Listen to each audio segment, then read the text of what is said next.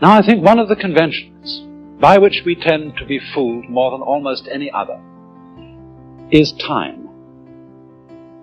And for all human beings, time is a matter of extraordinary importance. And perhaps this is one of the principal ways in which we differ from animals. Because man has been called a time-binding animal.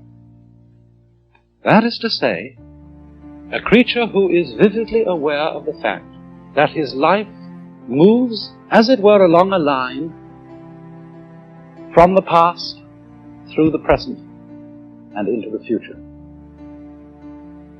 Animals apparently live pretty much moment by moment. They don't appear to have very strong memories. But because man has a strong memory, he is able to bear the past in mind and, as it were, cast it forward into visions of the future based upon what has happened in the past. And therefore, although this facility gives man the most extraordinary ability to plan his life, to prepare for future eventualities, at the same time, there is a very heavy price which he pays for it, and especially if he takes this ability too seriously. In other words, if he doesn't realize that the true reality in which he lives is the present moment now. For example, the animal probably doesn't concern itself very much with problems of future disease, death, or starvation, and things of that kind. If an animal sees another dead animal lying around, I don't suppose he thinks to himself, well, one day that's going to happen to me. Rather, he just sees a dead animal, sniffs it, sees whether it's good to eat, and wanders away. But for human beings, it's entirely different. Because we actually spend most of our time and a great deal of our emotional energy living in time which is not here, living in an elsewhere which is not concretely real. So much so that although we may be quite comfortable and happy in our present circumstances, if there is not a guarantee, not a promise, of a good time coming tomorrow and tomorrow and tomorrow and tomorrow, we are at once unhappy, even in the midst of pleasure and affluence. And so we develop a kind of chronic anxiety about time. We want to be sure more and more, because of our sensitivity to the feeling of time, we want to be sure more and more that our future is assured. And for this reason, the future becomes of more importance to most human beings than the present. And in this sense, we are hooked, taken in by a maya, because it is of very little use to us to be able to control and plan the future unless we are capable at the same time of living totally in the present. And so, when in civilized societies we spend so much of our time living for the future, we become very much like those celebrated donkeys, you know, that have a carrot fastened on a stick that's tied to the neck, you know, behind here, and it comes over, and there's the carrot dangling in front of them. And they pursue it, but can never reach it. And so in exactly the same way, it's that way with us. My goodness, don't you remember when you went first to school? And you went to kindergarten.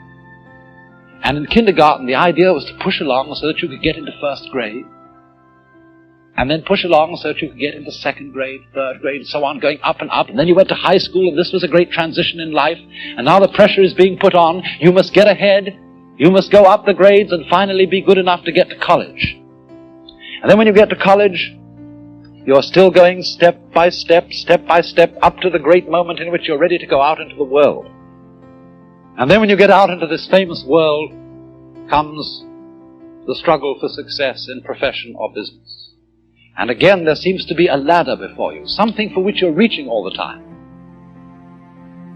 And then, suddenly, when you're about 40 or 45 years old in the middle of life, you wake up one day and say, huh? I've arrived.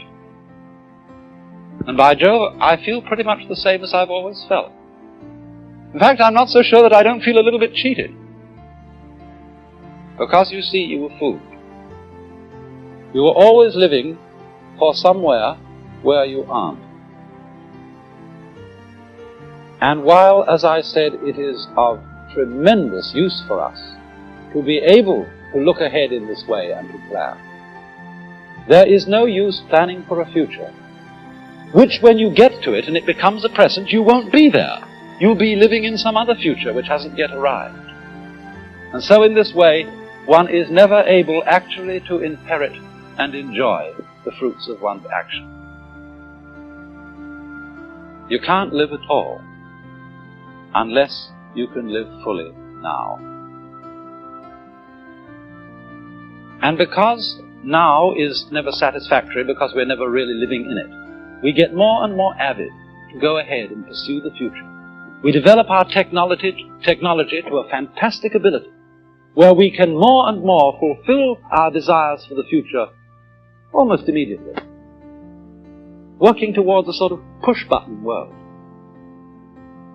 But have you ever stopped to think what the world would be like if you could fulfill every wish the moment you wished it? Suppose, for example, on going to bed at night, you could always dream whatever you wanted to dream. What would happen after a while? Of course, I suppose at first you would dream fantastic pleasures, wonderful adventures, fulfillment of all the things you ever wished. Then as time went on, don't you think you'd want to be, a little bit surprised, to have a little bit less control over what was happening to you? And after you'd experimented with this for some months or years, you might even want dreams in which you suffered. Because there is no real delight, no real fulfillment without delay. Doesn't every child know on a hot day when you think, I'm terribly thirsty and I'd like an ice cream soda? Haven't you tried the experiment of putting off drinking it, putting off, so that you get thirstier and thirstier, and it's so much fun when you finally get to it? And so in the same way, impatience with time, always wanting the future, is frustrating.